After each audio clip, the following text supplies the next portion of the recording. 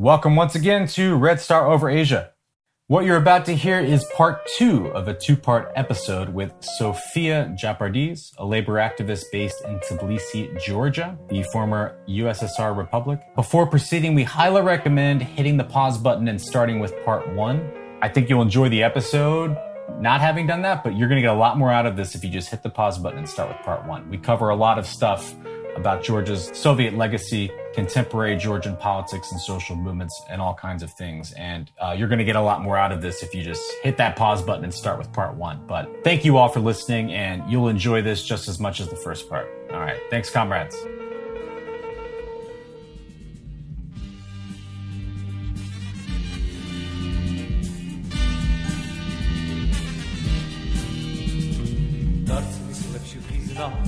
ლეგენდებში ხიზნა გაფრენილა სიზმრად სიჯაბუნე შენი როცა გული მღერის როცა სული მღერის დუმარება მირზა ვაირო მარჩვენის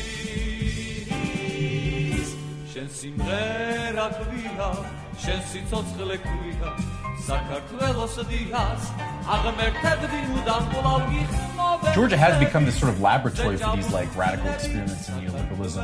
I forget who said it, but to paraphrase what someone said, that Georgia is sort of like the playground for like the dark fantasies of American libertarian think tanks. But as Bori indicated, like, and as you said as well, like, you know, they've had this extreme shock therapy. I think, you know, obviously all of the post-communist countries experienced some version of this. A couple of exceptions, maybe Belarus, not to the same extent, obviously. But in Georgia, it seems to have like, I mean, they got full control of the government and got enthusiastic full consent from the governing authorities and were just able to run amok. But as Bori said, like, and as you said as well, like, it is one of the key things about neoliberalism, one of its goals is to discipline labor. That manifests itself culturally too, like atomization of people, like just, you know, breaking down community bonds, like not even just trade unions, but like community clubs, groups, neighborhoods. It sort of just frays the whole body politic. So, yeah, I'm curious what's your general assessment of why did Georgia become this unique experimental ground for this sort of like libertarian neoliberalism in the 90s? And how does that reconcile with the more positive things you've said about Georgia's resilience and kind of sustaining having some resistance to like a full-on consumer culture? So you have to think of Georgia as the cheap labor of Europe. So once you think about the work being done mostly abroad, not in Georgia. So remittances, people are working abroad in Sydney. Most remittances, huge. It's what most people are surviving off of.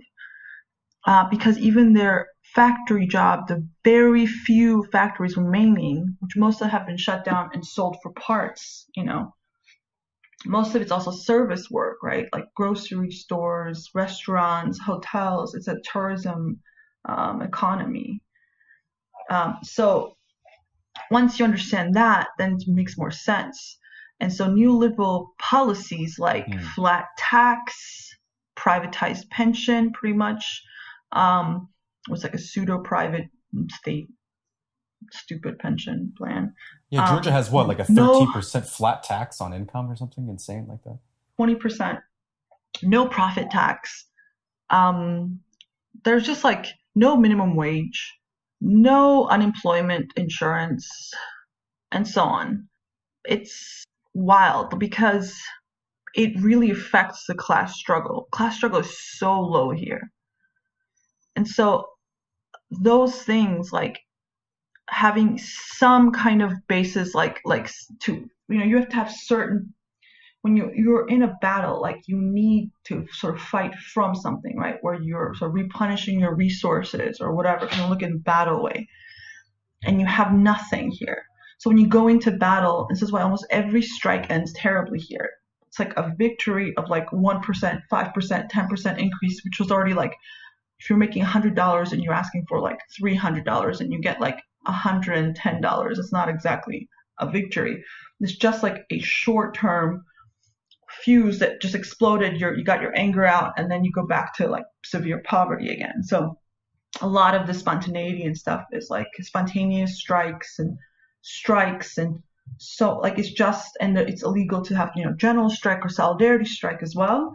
And even the strikes that you start has 21 days of mediation. So by the time you get to strike, the employer will like break the workers. You come from a very low bargaining position. Class struggle is very, very low. And I think that's because there's been onslaught of neoliberal reforms. There's a general consensus within the ruling parties. So there's no one else to you need, like in a situation like Georgia, I hate to say this, but you need somebody in the ruling class to sort of back certain part of like regular reforms, even like a progressive, like liberal or something, or just a liberal that is like, soft on certain economic issues or something, just to even get anything done. Class struggle is too low. Like you can't win just with people. You just can't. Not at this rate.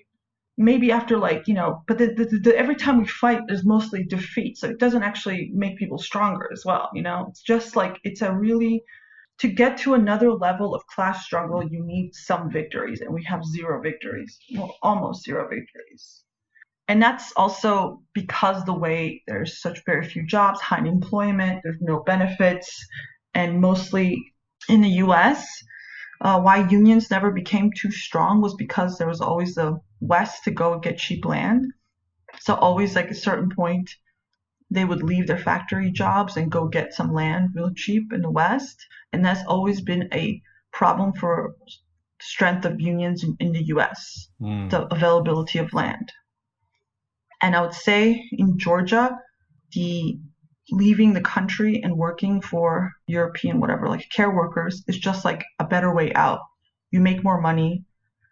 Even though it might be as exploitative, you're so exploited here. You work so many hours, like 80 hours, and so like just insane hours, that like it doesn't make any sense to even fight. And like you can literally go, what you make, say like they have like these like German picking fruit kind of work. It's like €9 an hour. You will get €9 in like 3 days or something, like, so of course, like you have to be crazy to keep working here if you can go and work there. You can go and work for 3 months in Germany and then make enough money to live the whole year. Of course you're going to do that. So in the 90s, as the Soviet Union has dissolved, which I think you're correct in characterizing it as a dissolution from the top. Like people talk about the USSR collapsed. I don't think of it that way. I think it was a combination of external Western influences exacerbating it, but it was a conscious decision by certain ruling elites who saw that they could sell off these state enterprises and privatize the economy and become overnight billionaires, which they successfully accomplished that. I know we've like made fun of Trotskyists already on the show, which I enjoy that. That's okay. But it does remind you of Trotsky's book, The Revolution Betrayed, which he kind of predicted in broad terms that might happen in the future. But anyway, in some former Soviet republics in the 90s, as the full reality of this neoliberal shock therapy was starting to be felt, especially in Russia, there was mass resistance against it. I mean, the most notable case would be the case where Yeltsin and Russia shelled parliament because parliament was trying to stop the shock therapy and mass sell-off and privatization. So there were hundreds of thousands of people on the street trying to stop this stuff. Did something even on a small scale happen in Georgia, where Georgia suffered this extreme traumatizing overnight imposition of a really extreme version of neoliberalism? Was there any sort of mass resistance in the early to mid 90s against it, or were people so beleaguered and disillusioned that they weren't able to mount any kind of like grassroots popular uprising? So we also had ethnic warfare. So it's different. I think in general, most post-Soviet countries had very little resistance to capitalism because of the ideological work already done pro-capitalist. So I think that's a huge factor that we should consider, how much work was already being done, right? 2, again, people didn't have like a good understanding of what was happening. I think, at least that's my opinion. Like, I don't think they understood what these consequences of all these things were happening, So I think they might have not fought in some ways, or fought and then disillusioned quickly, because they just didn't expect these changes. And of course, if you look at it, sort of the capitalism in these countries would resemble something like what happened like 200 years ago, more than what is happening now in Europe or America, right? is a much worse form. It's like the virus that like has like mutated, become even more deadly or whatever. It's like that. And so I think in Georgia it's different because we had ethnic or like conflicts, and the first president was, again, I think his politics, if you look at it without like, I mean, he didn't have like, you know, concentration camps, but like if he could, he would, you know, like he was kind of a fascist. His politics, he was so out there and crazy. He exacerbated and said like he kept calling Abkhazians, Ossetians, stuff like there are guests in the country, like people who've been living here for like hundreds of years, all of a sudden were looked upon as guests, and so like very ethno-nationalist politics.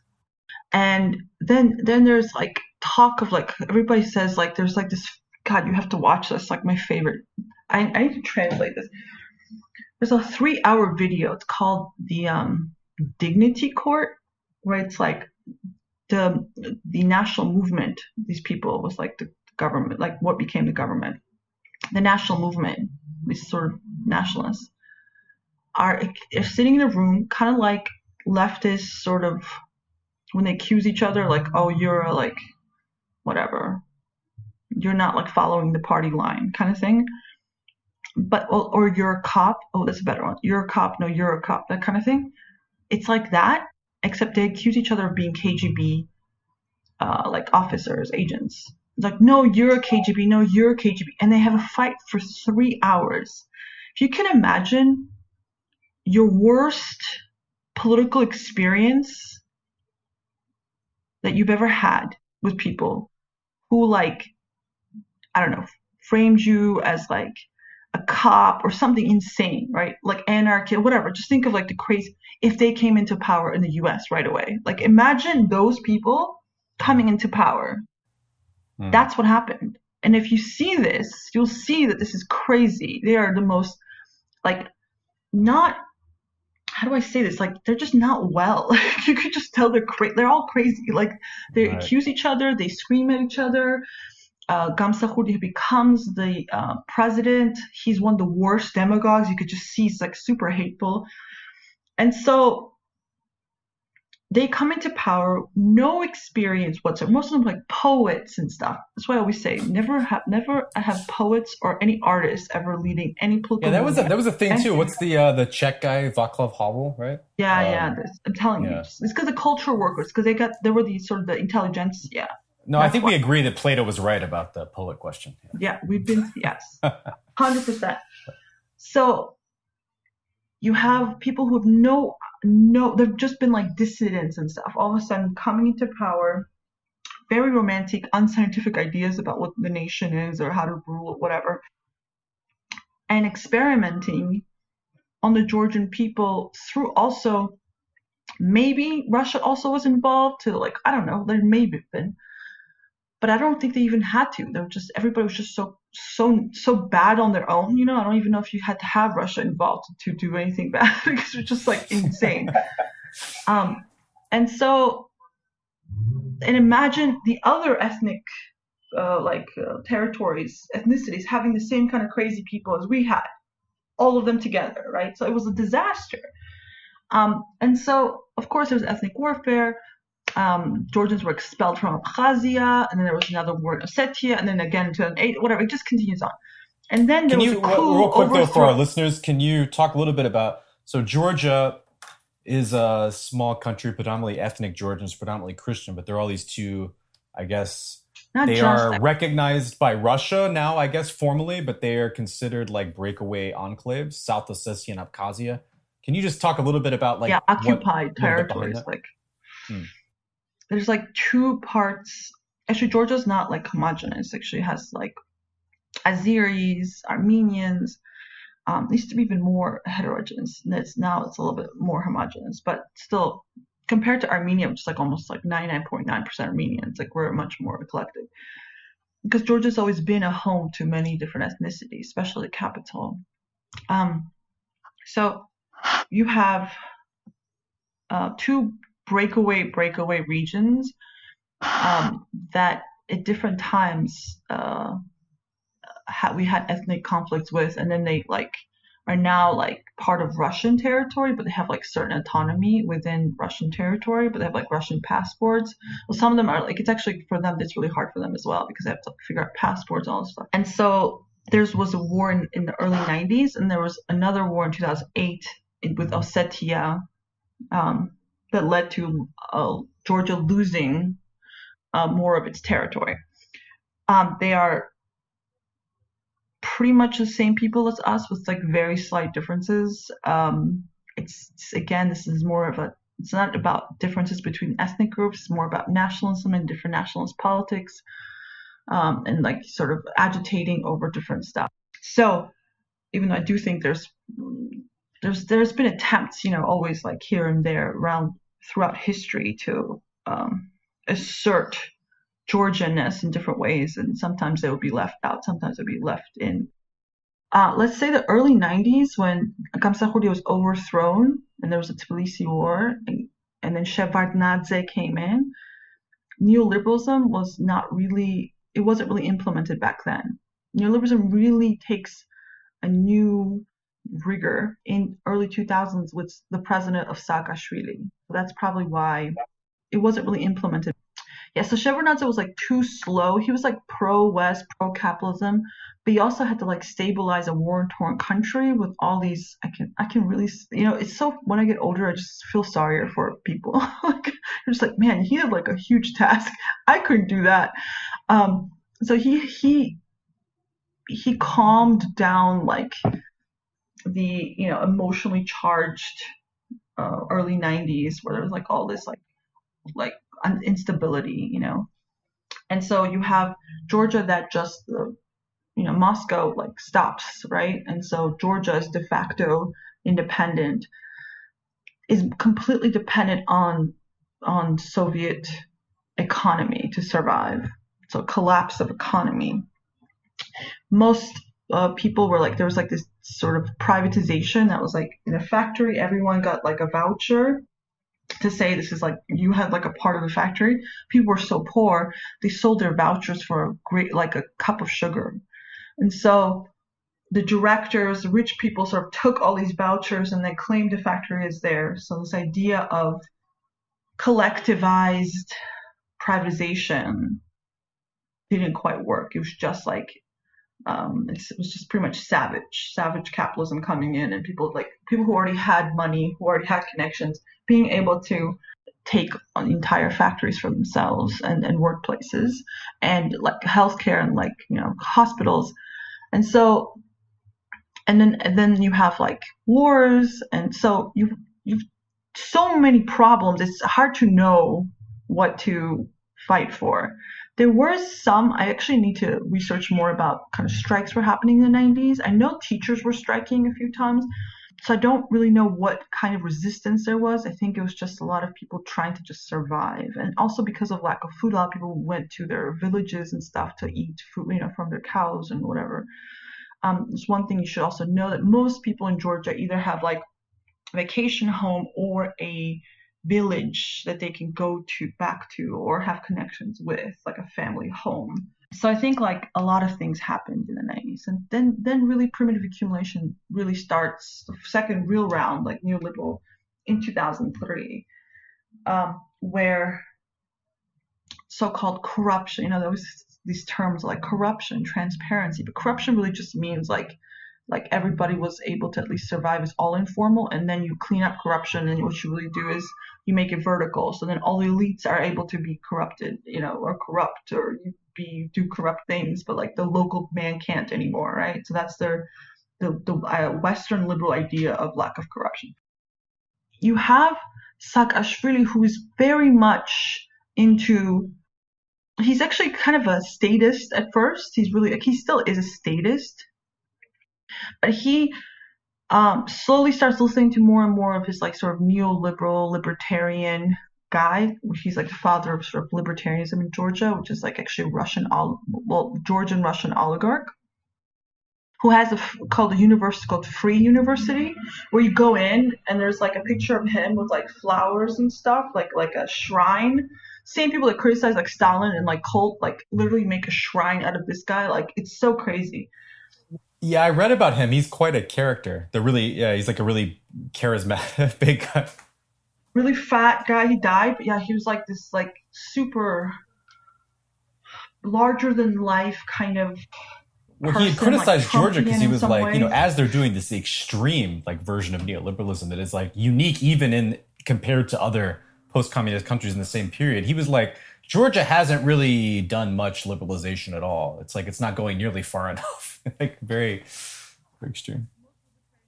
No, that's most libertarians here, which are very like popular actually, are constantly saying Georgia is behind and they have so much to do, and every single problem they think is just like you just need to be deregulated more.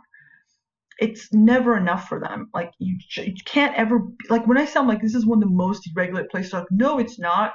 It's like why? Because we have a state and one type of tax. Like what exactly is it? Like what else? I'm like what else is there? They're like and oh Capistan. What? Oh, this is a joke. And Capistan. Yeah.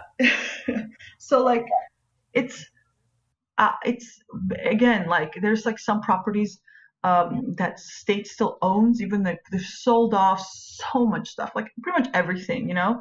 Very few things that are actually in the state's hands, and mostly people don't have the framework to understand like why state, like because the libertarian is so dominant as well in everyday discourse, and most people agree. And they also just, and not even just that, most discussions aren't really around political economy. Discussions in Georgia are take on a very cultural dynamic. And this goes to, let's talk about East versus West or who we are and stuff. Instead of talking about, I don't know, privatization, you know, why also our healthcare is like 95% privatized, like so many things are a problem in Georgia. What's being played and what's being talked about a lot of it is culture wars, which is, you know, LGBT rights have become a way, it's become like a tool of Western capitalism to delineate between them and regressive anti sort of Western states. I didn't quite fully understand it until I started seeing how it operates. So it's like you're pro-Asia, pro-Russia, or you're pro-West, right? And if you are like against gay pride, then you are de facto pro-Russia, Asian, and Asiatic is what they say. And so it's not like being against gay rights. Of course, like gay rights are like 100% like correct and should be supported. It's a form that they want you to have. Like, instead of doing like anything else, it's like it has to be in the gay pride format. You know, it's like it has to be in a certain ways that they want you to accept LGBT rights. And so you should say like, so as a leftist, you say actually gay rights are correct. But why are they being used as a way to demarcate between like this sort of people who are so-called regressive Asian and progressive Western, you know? Why are they being used to then denounce, like we had the anti-Dem protests and they were constantly being used against them, like somehow they were homophobes and they didn't deserve to then not have like dam built in their region. You know, it's like, oh, you're homophobe? Then therefore all the bad things that will happen to you because of this private investor, you deserve it. You know, this is the kind of logic that is being used. So it's not like the response, and I've been trying to argue with the leftists because I think leftists often take very reactionary positions here. I think they don't. It's a lot of things that need to work through. But they're like, oh, if it's like everything the West does, you don't say direct counter to that isn't actually the correct position, right? It's questioning these things. You don't actually take reactionary positions against gay rights. You know, you support gay rights, but then you question the imperialist narrative behind it, and you try to form a different version of it that's not like that. You know, that's what you do. Not like, you know, now we're for the homophobes. It's like I felt like it was crazy for a minute. It was like justifying homophobia. I'm like, no, that's not what you should do. And so which was actually really amazing. This anti-dam protest, even though I think Georgia has like a long history, the national movement sort of cut its teeth on anti-dam protests in the 80s against the Soviet. Can you talk about that the dam protest? It's a pretty interesting case. Just give a little background for listeners. So like what we're always like, thinking like what takes off in Georgia, what doesn't take off, and there is this anti-dam, this certain kind of green movement is kind of dominant. Like it's people have experiences with, because in the late 80s, again, the national movement used anti-dam stuff against the Soviet Union. The Soviet Union was trying to build dams for hydroelectric power, and the Georgians organized against them, as saying that they were destroying Georgia and Georgian identity and culture. It was always like that. But it's so interesting because I'm translating this story where anti-dam protests, like in the 80s, was like people went on hunger strike. They blocked a road or two, and then like the most important like top guy comes in and writes already millions of rubles invested, and like it's like, okay, we'll stop the dam, and like writes the decree or whatever right at the place. Like I'm like, we've never gotten that kind of like what's the word, response from a government official, So like to think the way Soviet Union was so responsive to any kind of demand is kind of mind-blowing. I don't think people understand this. Anytime there was a protest against language, against this, we very easily stopped whatever it was. Now you have 6 months of people living out like in tents. 6 months later, you just get a renegotiation of the contract of the dam. That's the victory. And no money was spent on this, by the way. While the Soviet Union had spent tons of money already when they stopped it and with one stroke, So like even the way the government responds is so much more willing and accepting of like protests. Soviet Union was actually so scared, I think, a lot of ways, of the West constantly being a human rights. And like I think in general, like they were very sensitive to it. It's so interesting. Nobody really thinks of it that way, because I think authoritarian or whatever did like stupid stuff. Like yes, it's sure the KGB officer followed you to film festivals and whatever, but like the big stuff, they sort of very much so like used to back off. So now the anti-dam protest, they already had experiences like constantly fighting dams in all these different parts of Georgia for the last few years. And like privatization of these, also like making like traditional like mountain regions to ski resorts and whatever. There's like privatization in these tourism places. So they have some experiences. And this also, I think again, it's very hard because like, I don't know if this played a huge role, but it was a Turkish investor. And Georgia also has a very Turkish, anti-Turkish, like this fear of like this sort of, the way it's like constantly talked about is that we have been Christians and fighting against the Muslims for so long, the invaders.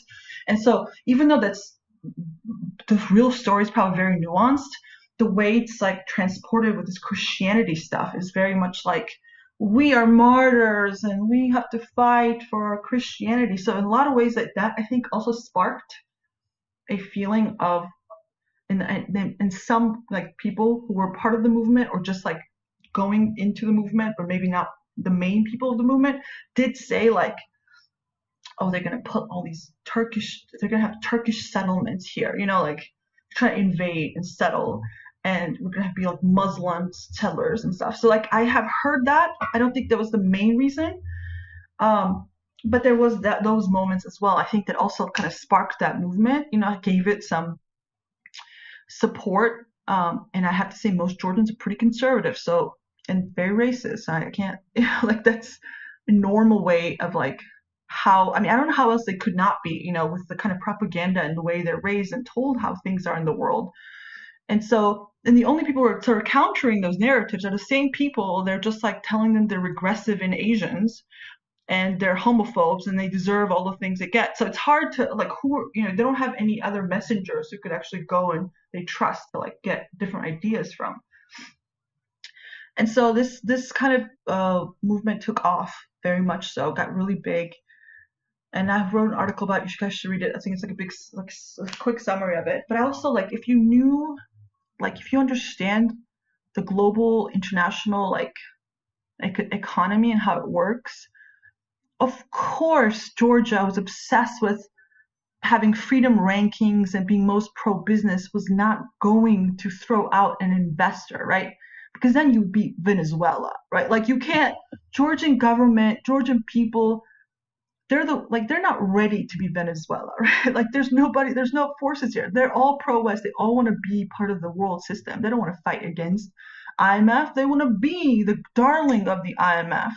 So of course I knew there was no way they were going to like do something that drastic and like throw out an MNC, right? A multinational corporation. That's not going to happen. The government's not going to allow that. But what they could do was renegotiate the terms of the contract, right? And that's still a victory within the framework. But it's interesting because I thought it was funny with the leftists that were part of this. Like, the same people that, like, I'm constantly defending Venezuela to them. It's like the same people are are part of this movement. I'm like, if the government actually did the things that you think are very easy to do, you would be destroyed globally. You know, there'd be like 1,000 Twitter things against you. CNN will be saying how you're going back into Russian territory and how you know, like they would destroy you, like ruin your reputation. No one will ever look at you again. Like what they do with, you know, Venezuela, what they do with Bolivia or any place else. Sofia, do you think so? Could you kind of like I don't know, kind of rehearse if you've said before and I've missed it? Like, what is the significance of having Georgia on Red Star of Asia again? Like, sorry for being so persistent about this, but I just want to be fairly grounded in my own answer. Honestly, I don't really know what the significance is. I think in general, it's a country that's not, well, it's important. First of all, Soviet Union is a huge part of Asia territorially, right? It's also about how Asian is being deployed culturally as a slur. This struggle of like how white supremacy and Eurocentrism is deployed to try, and how Georgia is trying to profit from that to get certain privileges and like access to European Union. It's also about, you know, learning from reimagining Soviet Union. A lot of things are about Asian countries as well, right? So it's, I don't know, it's like different. We're not exactly, because there's no, besides Soviet Union, we don't really cleanly fit into Europe or Asia or whatever, which are again, mostly arbitrary categories anyway, right? Eastern Europe makes more sense because like at least, actually they've been trying to fight the fact that they're called Eastern Europe is also problematic for them. They say Central Europe and stuff like that. But yeah, it's like, I think in general, like all these things are arbitrary. Questioning where Asia is or why it's important. We don't know where Georgia's fate is going to end up, right? So which country or countries or which part of the world is going to be the final or one of the reincarnations of Georgia? We still don't know. I think there's a huge part of the elites who want it to be tied to Europe, you know? There's some parts who want to be tied to Russia.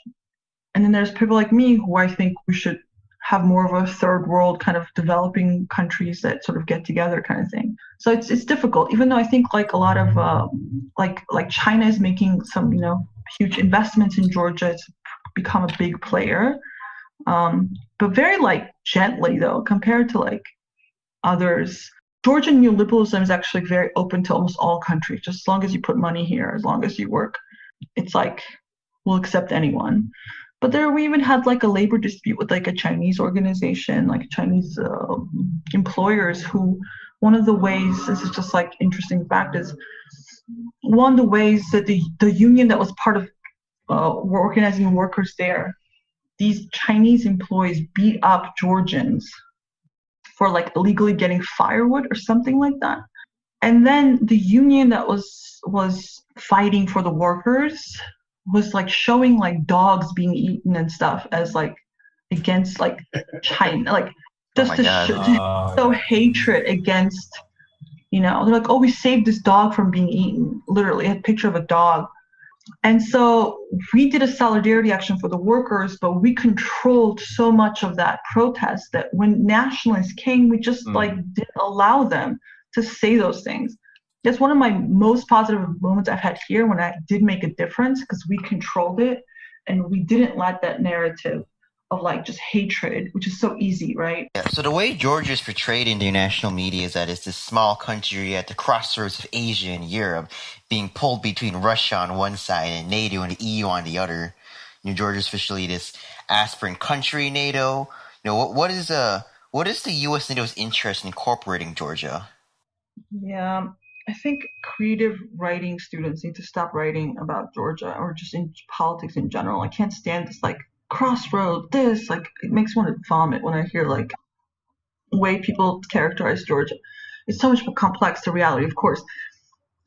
Georgia has aspirations, even though this is where it's kind of interesting. So Georgia, until about 200 years ago, was tied to Asia, Middle East, culturally, how it was conceived.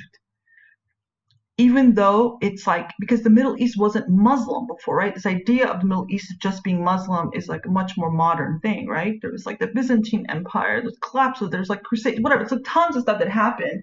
And there was constantly a mixture of, just like Palestinians were also not Arabs only, right? It was Muslims and Jews and Christians, right? So this idea of everything being sort of Muslim and Christian is much more a modern thing. So when you look at it that way, Georgia was culturally, we were much more Middle Eastern, right? Love ties, hospitality, this, that. Then 200 years, despite that there was, of course, missions with the Crusades and whatever. The last 200 years with Georgian, when Prince Erekle, which is from Kakheti, one of the regions, not even Georgia, but a part, Eastern Georgia, sort of asked Russia for help, annexation. We asked for them. They didn't actually come in. We asked for them to come in. Another interesting thing. Of course, it was asymmetrical power balance, and they were really horrible to us for 100 years. It actually depended on who it was. It was actually very much arbitrary based on who the viceroy was as well, because they didn't have a systematic policy. Russian imperial policy constantly changes all the time. They're very haphazard. They're not there's never a grand plan. It's constantly changing. But we're tied to Europe through Russia 200 years ago. So we only got to learn about really Europe through Russia.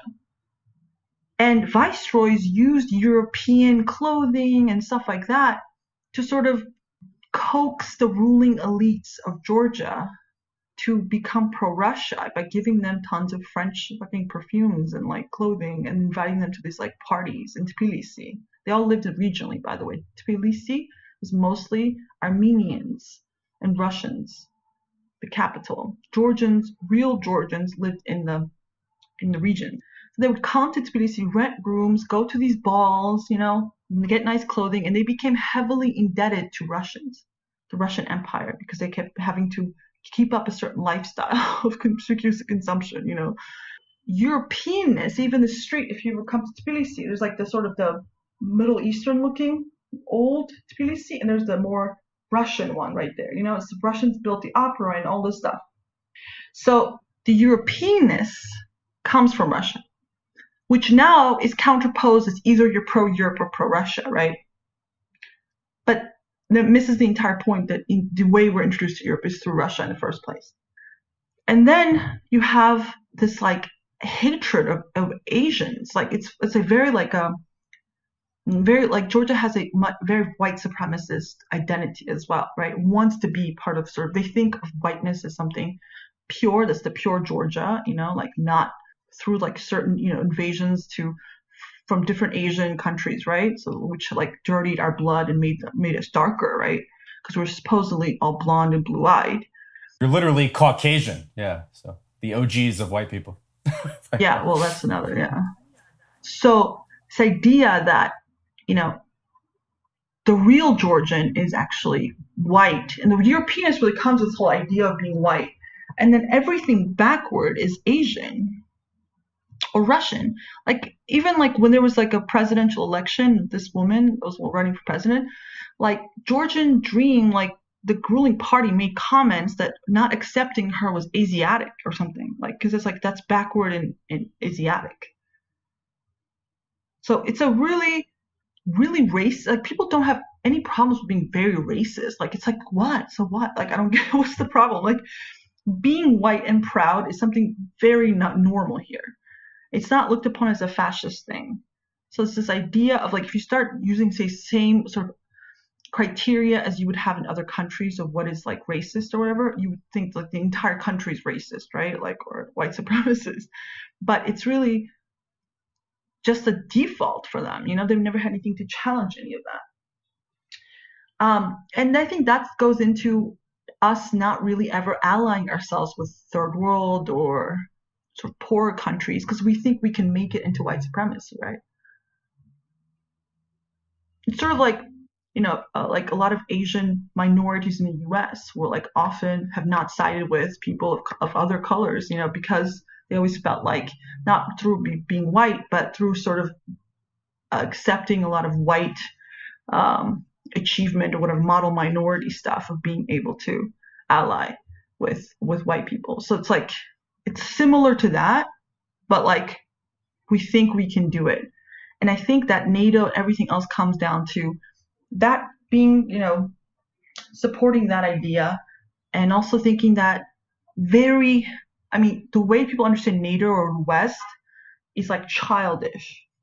It's like the heaven, people are great, everyone's wonderful, they only have good intentions. Like they are never scrutinized. So that's a huge problem because everyone has like a fantasy version of the West. And so that I don't know how to combat that. Do you think Georgia will actually join NATO though? Because I think I don't think they can. Yeah, I think that it's just gonna not be. Russia's not gonna like allow that to go on without a response of some kind. I mean, God, if I was Russia, I'd be like, just take them, like leave me alone.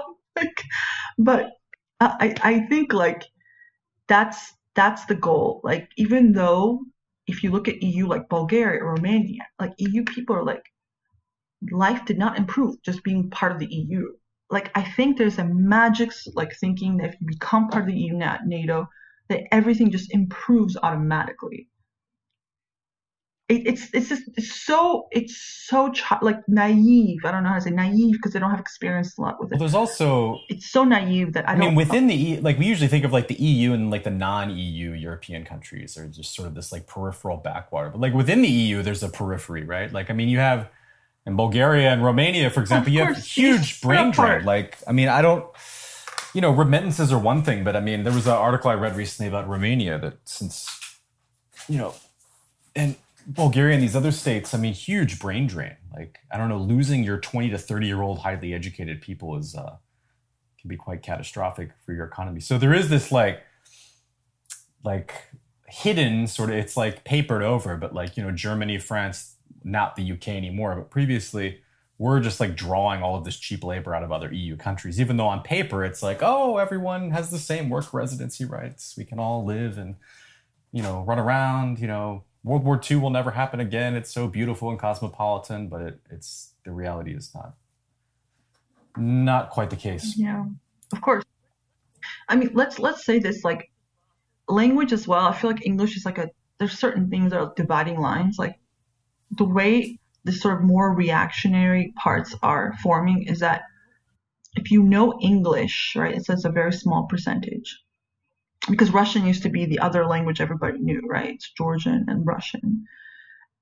And then now it's like English is dominant to get a job, to a high-paying job, to be whatever. It almost demands almost every job position that's like not even like restaurants. You have to speak like 3 languages to work in a restaurant here, you know?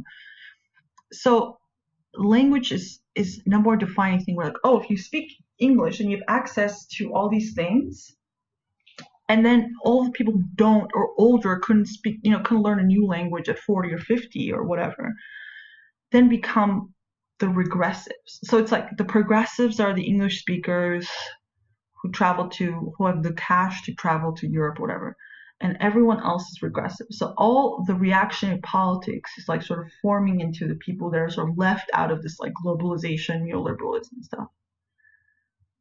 And so this is why I think like also, and they feel like all these liberal values are being sort of stuffed down their throats, feminism, gay rights, whatever. And they don't have anyone to mediate a different understanding of it through, say, like a leftist politics, right?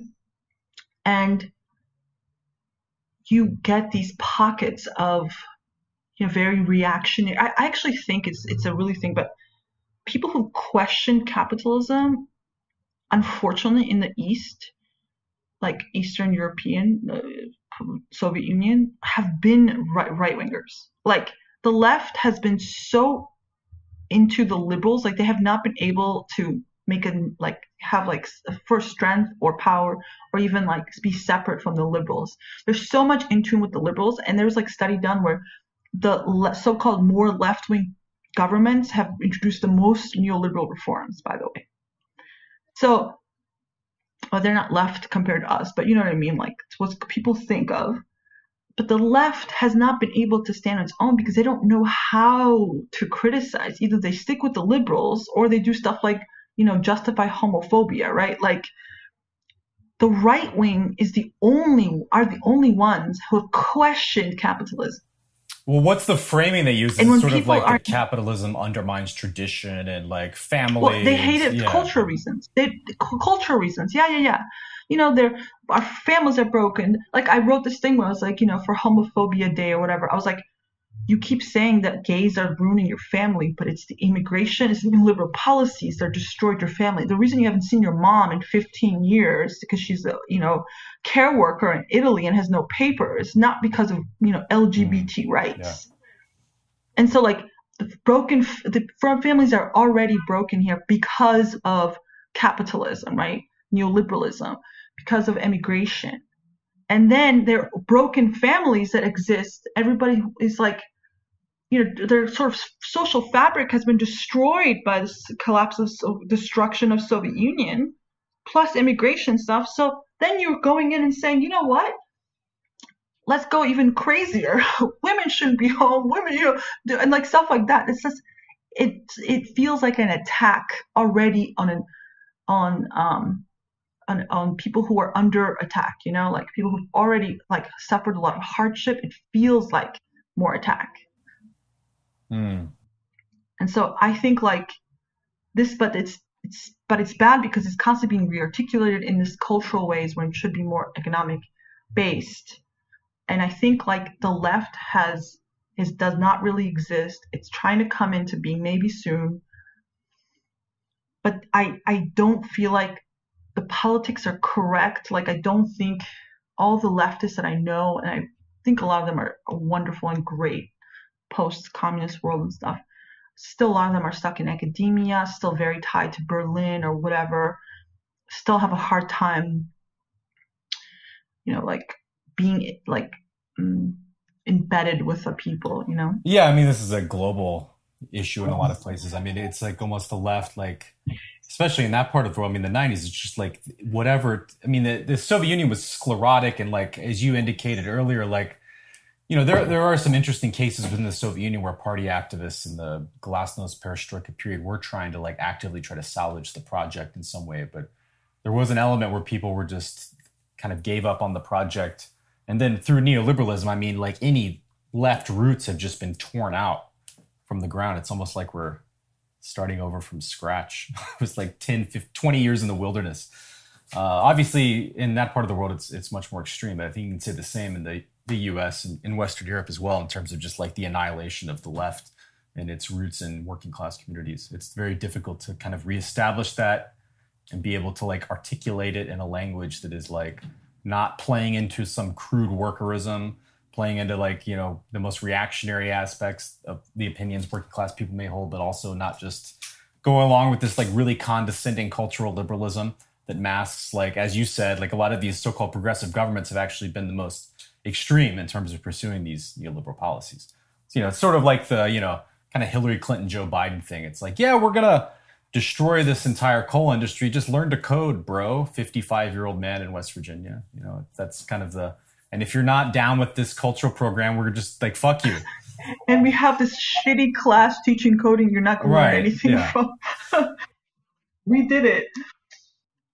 Yeah, but I just want to say, like, looking at the history before, like, during the Russian Revolution, Georgia having one of the strongest social democratic movements, we were completely tied to what was happening in Russia and Eastern Europe at the time, or Europe, let's say, of Marxism being in, you know, coming into power from 1860 on, right? The 1890s, almost every country having a social democratic party.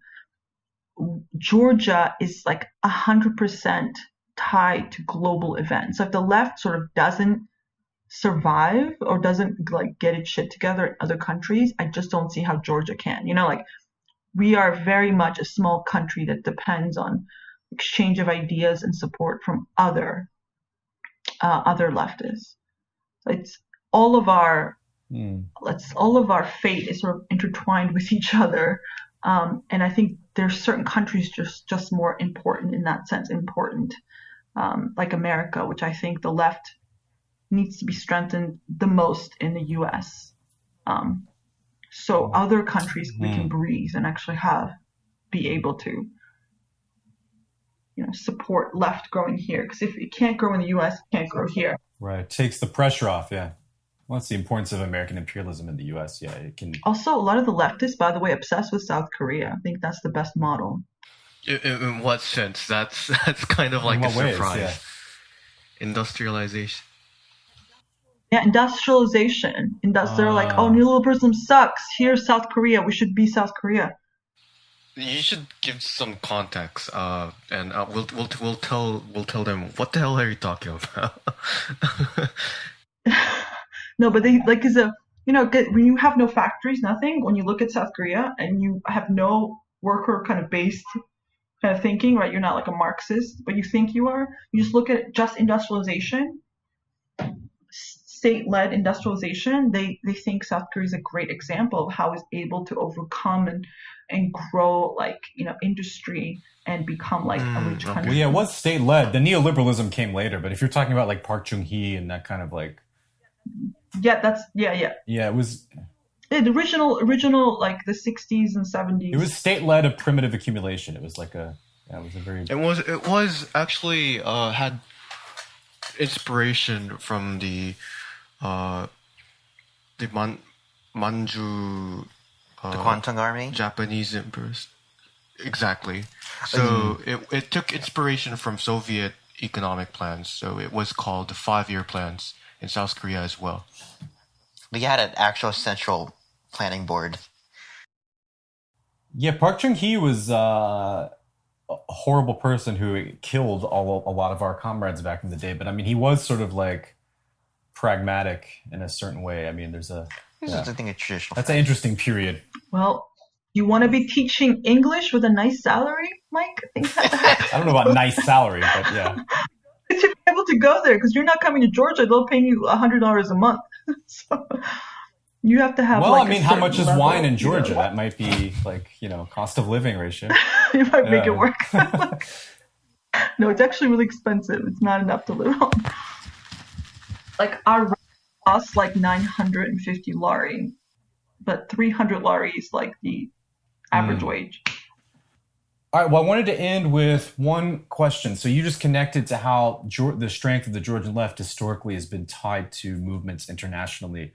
So what can folks in East Asia, where we are, and around the world do to concretely connect and support movements going on in Georgia? Because this show is built around international solidarity and not just talking about it, but we try to connect activists in a way that like will lead to concrete collaboration and support for movements across Asia. So what are some things that people should know, some resources people can look at, concrete ways we can support financially or otherwise, or in terms of like getting our organizations in our own country to highlight and collaborate with comrades in Georgia? Yeah, I think well, you know, first check out our podcast, Reimagining Soviet Georgia. And you can, I think, just look it up just by typing in Anchor or Apple Podcasts or whatever. And that's just interesting because it's constantly about, it's like history, but how it's connected today, and it's I think it's quite interesting. So not interesting, but it's also useful because we're trying to learn about our past in order to not make the same mistakes, or at least understand how are things the way they are. And I think that there's like I read somewhere there's two wars. There's actually fighting the battle and then fighting for the memory. And I think it's really important because memory is everything. It has nothing to do with what happens, right? The world doesn't work like it's about actually Mao. What does Mao say? Perception, right? I think it's like think about perception and reality. Perception is often more important than what's really happening. So we should always help each other with that, learning more and perceptions and shaping how things are seen. That's why I get really upset about like the way Georgia's portrayed all the time in Western media. That's because all the ruling class people have connections with the media and they tell them whatever, and they just write whatever they want. And that's really why. Very simple, demystified. But I think like as long as you, like the stronger you are, right? So all of you who are organizing or working, or if you are not organizing, you should be. Every single movement counts because you just never know when we're going to need that like sort of ad hoc support or whatever. And even things like people glorifying like South Korea, like leftists here in Georgia is like an example. Well, I don't think there's like enough out there about South Korean model and problems with it or what it's about. So like I think I would say like write about that, like do podcasts about that we can then learn from. That was one of the things, like it's hard to find information to counter some of these narratives. And I think like again,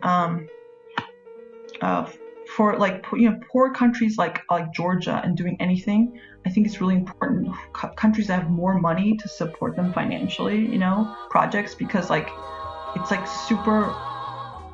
It's first of all so you get more for the like buck, more bang for the buck here than you do in other countries because like it's so poor, but also it's very necessary because people are also very poor, and that's why a lot of times the government is able to buy them, why they leave the country. And it becomes, when you can't get a regular job and also be a leftist, it's also a huge problem, because often you are tied to grants from Western governments or NGOs, or you are a troll for the government or whatever.